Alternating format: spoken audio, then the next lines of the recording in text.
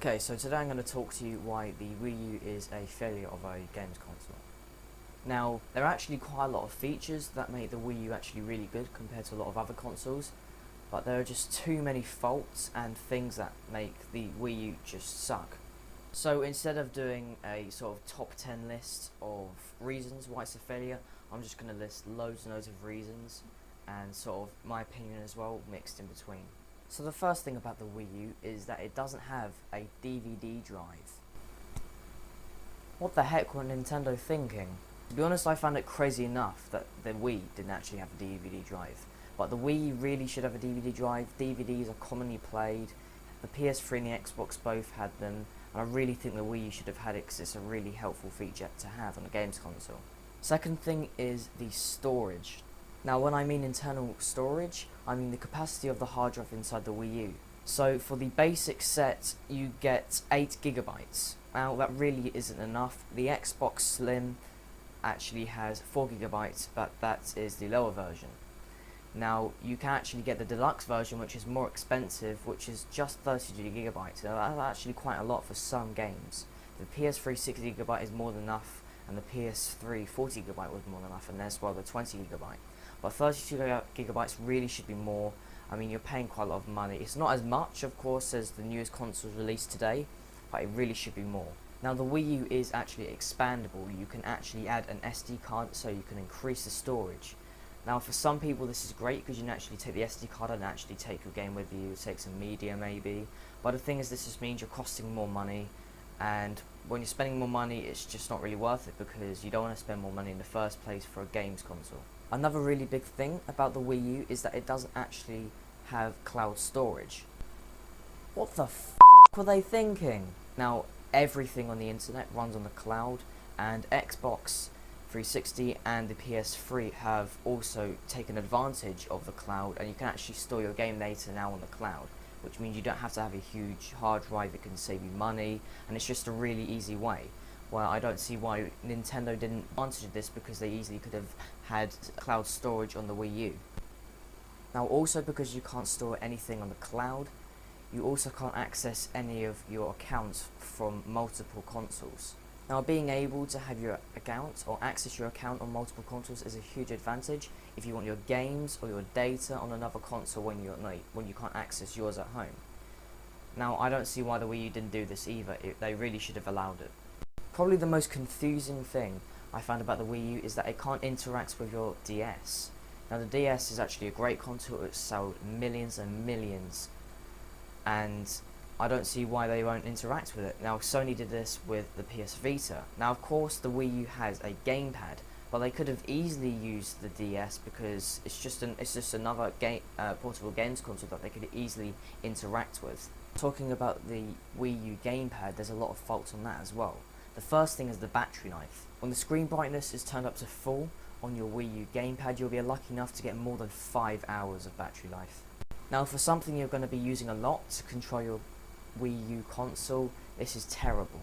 Even though the gamepad actually has a built-in microphone and headphone jack, you can't actually use the gamepad for voice chat. If you want to do voice chat on your Nintendo Wii U, you have to buy a third-party headset.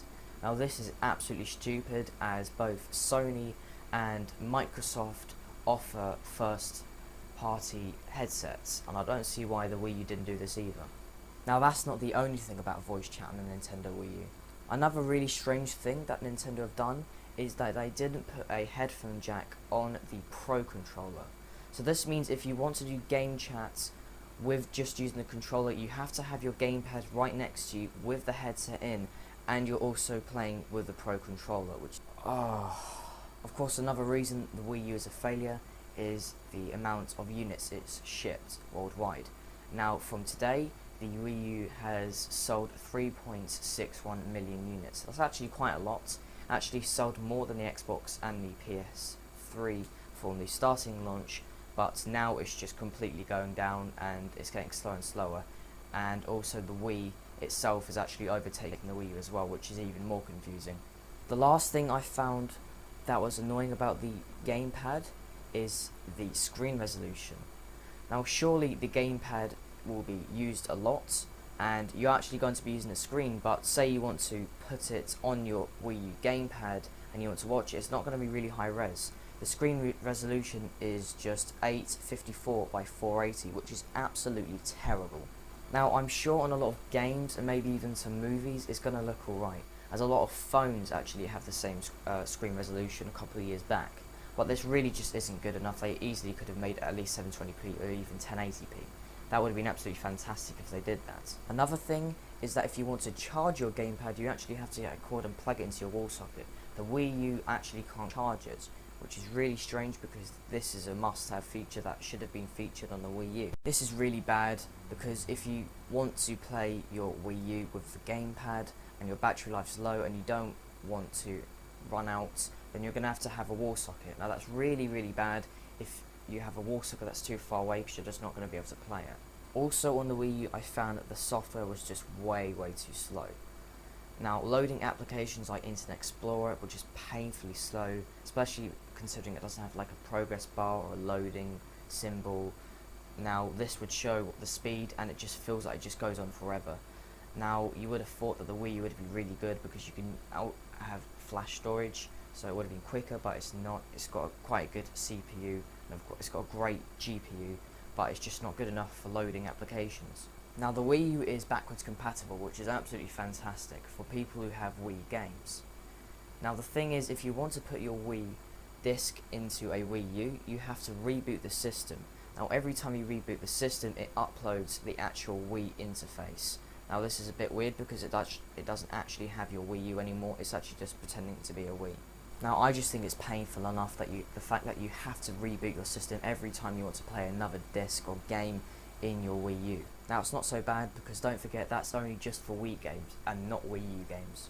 Now, what I think Nintendo have done with the Wii U gamepad is great. They've done loads of things with it and it's got loads of potential.